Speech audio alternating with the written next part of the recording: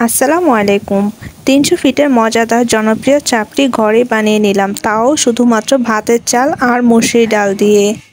এই চাপটিটি অনেক জায়গায় জনপ্রিয় হয়ে থাকলেও আমরা ছোটবেলা থেকে ঘরে বানিয়ে খেয়ে অভ্যস্ত। কিভাবে করলাম সেই রেসিপিটি আজ আপনাদের সাথে শেয়ার করব। এখানে আমি প্রথমে ১.৫ পট পরিমাণ ভাতের চাল নিয়ে নিয়েছি আর ১ পট পরিমাণ মসুর ডাল নিয়েছি। এগুলোকে আমি ২ ঘন্টা পানিতে ভিজিয়ে রেখেছিলাম। দেখতে পাচ্ছেন ডালটা আর চালটা কতটা নরম হয়ে এসেছে। আপনারা যেই চাল দিয়ে ভাতটা রান্না করেন সেই চাল দিয়ে করতে পারেন, তবে নাজিরশাহ চালটা হলে বেশি ভালো হয়।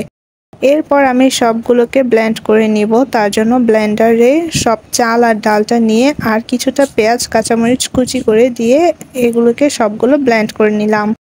ব্লেন্ড করা হয়ে গেলে এখন আমি এখানে ১ চামচ পরিমাণ মরিচের গুঁড়া, ১ চামচ হলুদের গুঁড়া, স্বাদ মতন লবণ দিয়ে মিশ্রণটাকে ভালোভাবে মিশিয়ে নিচ্ছি।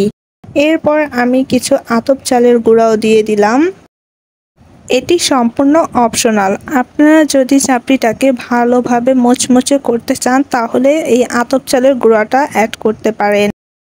আর চাপটির সাথে ভর্তা খাবো না তা কি করে হয়, তার জন্য এখানে শুকনা মরিচ, পেঁয়াজ, রসুন আর ধনিয়া পাতা ভর্তা করব। তার জন্য ধনিয়া পাতাগুলোকে ভালোভাবে টেলে নিলাম। ভর্তা সবকিছু রেডি হয়ে গিয়েছে, এখন চাপটিগুলো ভেজে নেব।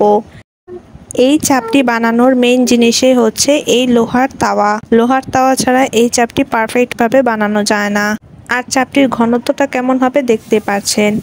লোহার তাওয়াটা ভালোভাবে গরম করে সেটার মধ্যে একটু তেল ব্রাশ করে এখন চাপটিগুলো দিয়ে ভালোভাবে গোল করে ছড়িয়ে নিচ্ছি চারদিকে। ব্যাটারটা দেওয়ার সাথে সাথে চারদিক থেকে ভালোভাবে গোল করে ছড়িয়ে নিতে হবে। দেখতে পাচ্ছেন চাপটিটা রেডি হয়ে গিয়েছে, নিচ থেকে কি সুন্দর উঠে এসেছে, একটুও লেগে যায়নি। এভাবে করে আমি সবগুলো চাপটি একে একে ভেজে নিচ্ছি। চাপটিগুলো একটু হলুদ মরিচ দেওয়ার কারণে হলুদ কালার এসেছে। এই কালারটা দেখতেই অনেকটা সুন্দর লাগে। সবগুলো চাপটি একে একে এভাবে ভেজে নেওয়া হয়ে গিয়েছে। এখন আমি ভর্তাটা রেডি করতে চলে গেলাম। আজকে আমি শুকনা মরিচ আর ধনিয়া পাতা ভর্তা করব। তার জন্য বেশি করে শুকনা মরিচ, পেঁয়াজ, রসুনের সাথে ভালোভাবে বেটে নিচ্ছি।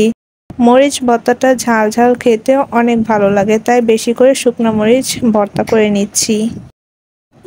মরিচ ভর্তাটা করা হয়ে গিয়েছে, এখন আমি ধনিয়া পাতা ভর্তাটাও করে নিচ্ছি। ধনিয়া পাতা, পেঁয়াজ, রসুন দিয়ে ভালোভাবে বেটে নিচ্ছি।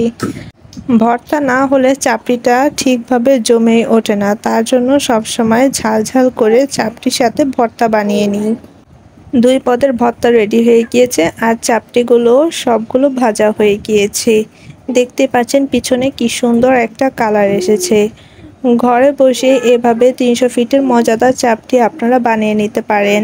কষ্ট করে আর অত দূর গিয়ে খাওয়া লাগে না। আমরা সবসময় এভাবে ঘরে এই চাপটিটা তৈরি করে থাকি। এই চাপটিটা খেতে অসম্ভব মজার হয়। তো আজকের ভিডিওটি আপনাদের কাছে কেমন লাগলো অবশ্যই কমেন্ট করে জানাবেন। ভালো লাগলে প্লিজ চ্যানেলটি সাবস্ক্রাইব করে দিবেন। আজ এই পর্যন্তই। সবাই ভালো থাকবেন, সুস্থ থাকবেন, আমার জন্য বেশি বেশি দোয়া করবেন। আল্লাহ হাফেজ।